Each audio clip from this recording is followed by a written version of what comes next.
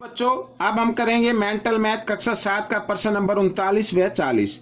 ठीक है, मैं हूं हरी सर और आप देख रहे हैं मेरा YouTube channel maths with Hari sir, special Hindi medium के बच्चों के लिए। यहां पर अब हम करने वाले प्रश्न नंबर 39। देखो क्या लिखा है।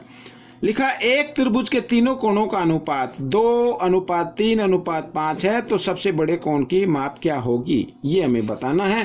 साथ ही प्रश्न नंबर इधर ये देख लेते हैं 40। लिखा है चाक में कैल्शियम, कार्बन व ऑक्सीजन की मात्रा का अनुपात 8:3:9 है, तो कार्बन की प्रतिशत मात्रा बताए। अब बच्चों देखो यहाँ पहली कैल्शियम है तो पहली कैल्शियम होगा, बीच में कार्बन है तो बीच वाला कार्बन, और लास्ट में ऑक्सीजन है तो ये ऑक्सीजन होगा। ठीक है, तो आइए करना शुरू करते हैं। और इस प्रश्न को भी मैंने पहले से लिख के रखा है, आइए करना शुरू करते हैं। ये देखिए, तो बच्चों आपको मालूम होगा कि त्रिभुज के तीनों कोणों का योग कितना होता है। जी हाँ, 180 होता है। तो हम इसको मान लेते हैं, माना त्रिभुज के तीनों कोण बराबर 2x 3x व 5x है।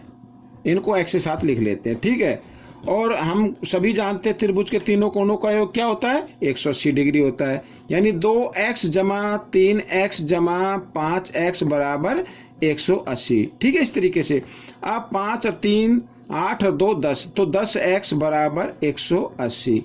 तो x का मान निकालेंगे तो 180 बटे 10 आ गया, 0 से 0 कट गई, यानी 18 आपका आ गया। x का मान कितना आ गया, 18। तो इसमें पूछा सबसे बड़े कोण की माप क्या होगी, तो जो सबसे बड़ा अनुपात है तो उसी की हमें निकालनी है। अगर आपको तीनों की पूछा जाए तीनों की निकाल सकते हैं, छोटे की पूछा जाए छोटे की निकाल सकते हैं, और बीच वाले की पूछा जाए तो बीच वाले की भी माप आप निकाल सकते हैं। क्योंकि इसमें सबसे बड़े कोण की माप पूछा है तो मैं यहाँ पर लिख लेता हूँ। तो सबसे बड़े कोण की माप ही हम निकालेंगे, सबसे बड़े कोण की माप। ठीक है, इस तरीके से तो 5x है, तो 5 गुणा x की जगह x का मान रखना है 18, तो 18 पंजे 90, तो 90 डिग्री आ गया बच्चों। ठीक है, इस तरीके से आप छोटा कोण और ये बीच वाला कोण भी निकाल सकते हैं। अब हम करेंगे प्रश्न नंबर 40। देखो ये भी बहुत ही आसान है। तो इसमें पूछा है कार्बन की प्रतिशत मात्रा बताओ। तो पहले हम क्या करेंगे, ऐसे जब सवाल आते हैं प्रश्न आते हैं तो आपको अनुपातों का योग कर लेना है। आइए मैं कर लेता हूं, अनुपातों का योग। अनुपातों का योग 8 जमा 3 जमा 9 बराबर हो गया 20। ठीक है, ये हो गया। तो पूछा है कार्बन, कार्बन कितना, बीच में ना कार्बन है 3, तो कार्बन भी लिख लेते हैं, कार्बन बराबर 3 यहाँ पर। तो कार्बन प्रतिशत में लिखना है, और कार्बन प्रतिशत में तो बच्चों यहाँ पर कार्बन आएगा, ऊपर कार्बन पूछा है तो, और नीचे आएगा योग। ठीक है, अनुपातों का योग और गुणा प्रतिशत, किसी को भी प्रतिशत निकालना हो तो गुणा 100 कर देना है। ठीक है, यहाँ इस तरीके से। तो कार्बन आ गया बच्चों 3 और योग है यहाँ पर 20 और गुणा 100 इस तरीके से। तो 20 पंजे 100, 5 दिया 15, तो 15% उसके अंदर कार्बन है।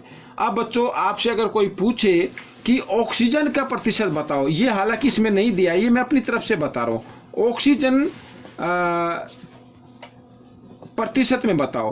तो देखो योग तो नीचे ही आएगा हमेशा, योग तो आएगा हमेशा नीचे।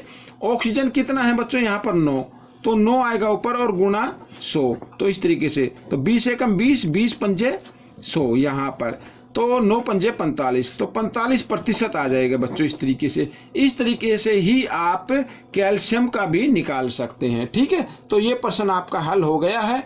आपको कैसा लगा मुझे जरूर बताएं, और इसमें से सीखकर आपको दूसरों को जरूर सिखाना है। ठीक है, मिलते अगले भाग में, तब तक आप प्रैक्टिस करते रहे। धन्यवाद वीडियो देखने के लिए।